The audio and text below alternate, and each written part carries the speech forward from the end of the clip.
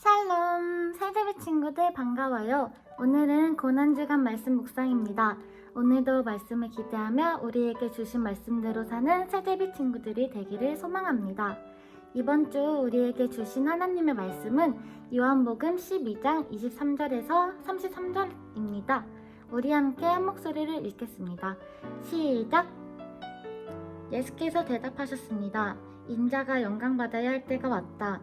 내가 진실로 진실로 너희에게 말한다. 밀알 하나가 땅에 떨어져 죽지 않으면 하나 그대로 있고 죽으면 많은 열매를 맺게 된다. 자기 생명을 사랑하는 사람은 잃을 것이요 이 세상에서 자기 생명을 미워하는 사람은 영원히 그 생명을 보존할 것이다. 누구든지 나를 섬기려면 나를 따라야 한다.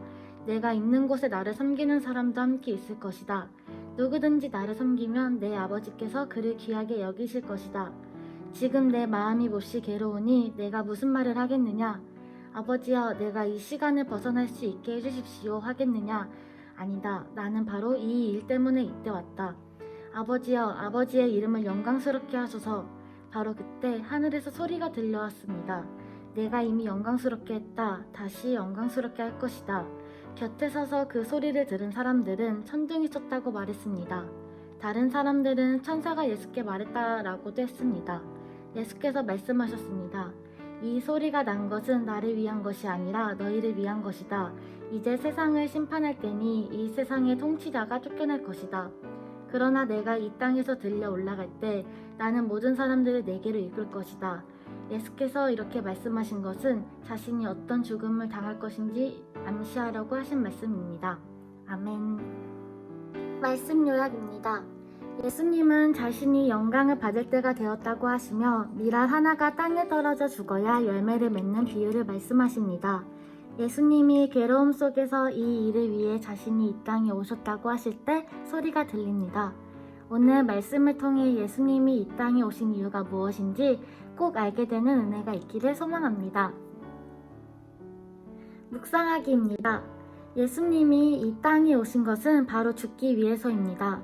한 알의 밀알이 땅에 떨어져 썩어져야만 많은 열매가 맺히는 것처럼 죄를 해결하실 수 있는 유일한 분이신 예수님의 죽음을 통해서만 모든 사람에게 구원의 길이 열리기 때문입니다. 그러므로 예수님의 죽음은 끝이 아닌 영광의 시작입니다. 그 일을 다 이루시기 위해 십자가의 모진 고통을 이미 다 알고 계셨음에도 기꺼이 걸어가신 예수님의 마음을 묵상하기 바랍니다. 그 희생으로 맺어진 귀한 열매가 바로 여러분입니다. 죄 때문에 지옥에 갈 수밖에 없었던 죄인인 내가 예수 그리스도의 고난과 죽으심으로 인해 하나님께 나아갈 수 있는 그분의 자녀가 되었습니다. 그 사실을 머리로 아는 것을 넘어 마음으로 깨닫고 감사하는 고난주간이 되기를 바랍니다. 적용하기입니다. 예수님의 죽음은 나에게 어떤 의미인가요?